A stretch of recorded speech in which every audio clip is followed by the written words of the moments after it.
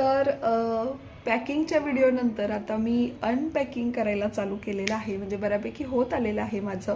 पण त्या माझ्या व्हिडिओवरती तुम्ही सगळ्यांनी भरपूर अशा कमेंट्स केलेल्या होत्या, काही भरपूर जणांनी मला सपोर्टिव्ह कमेंट केलेल्या होत्या. त्यातच मला एक कमेंटसुद्धा अशी होती की नशीबवान आहे तुम्हाला DYSP नवरा मिळालेला आहे.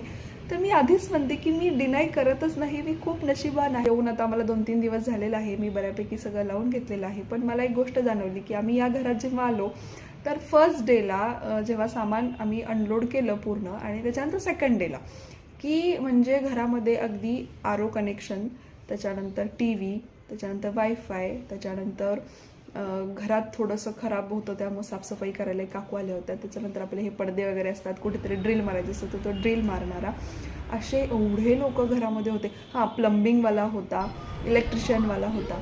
तर अक्षरशः घरात मी दिवसभर उभी होते, मी काहीच काम करू शकले नाही. कसं तरी किचन थोडंसं लावून घेतलं होतं.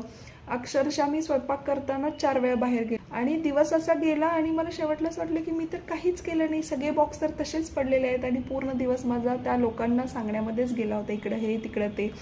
तर नाही का, ही एक मजाच होती. पण मी याच्यातून हे शिकले की जेव्हा नेक्स्ट टाईम कुठे जाल तर बऱ्यापैकी आधी गोष्टी क्लिअर करा. हां, पण तरीही एक असतं की वापरायला लागल्यावरच गोष्टी आपल्याला समजतं की काय प्रॉब्लेम्स आहेत, कुठलं दार बसत नाही, कुठं कनेक्शन लूज आहे किंवा काय.